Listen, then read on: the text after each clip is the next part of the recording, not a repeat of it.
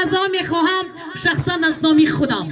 و از نام گروه آوازداری کبوتران اعلاچیان وزارت فرهنگ جمهوری تاجیکستان سربیناز بانو کبیرова و امید بانو کبیرова ها همه شما را خودم اینه که همه شما را به این توی خانه به این درگاه خانه یکی توی دار خوش آمدید میگم، خیر مقدم میگم و بعدا میخواهم این عروس و دامادی امشبه را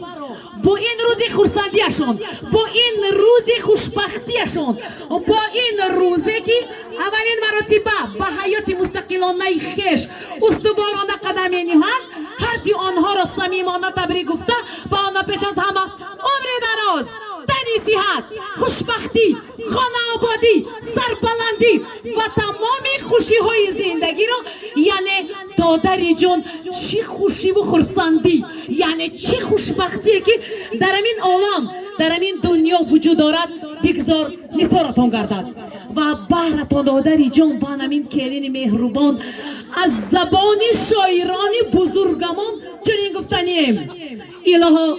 تا جهان باشد شما باشد، الها تا جهان باشد شما باشد، زمین و آسمان باشد شما باشد، زمین و آسمان بر ما چه حاجت، دعاگوی هر دوی شما باشه تا قیامت. دوستان عزیز، شبچه گرامی قدر، گلروسی نازنین، باز یک بار دیگر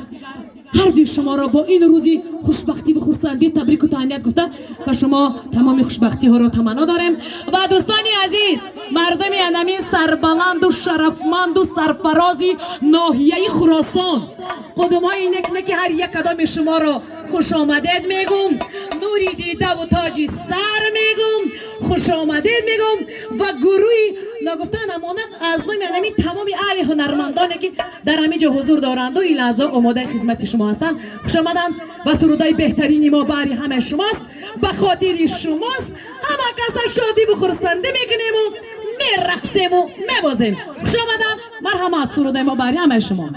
توی مبارک باشن، سلامت باشن و کنی کفک بیای شما زنده باشن، سربلند باشن، دستاتون درد نبیند. مرحمت.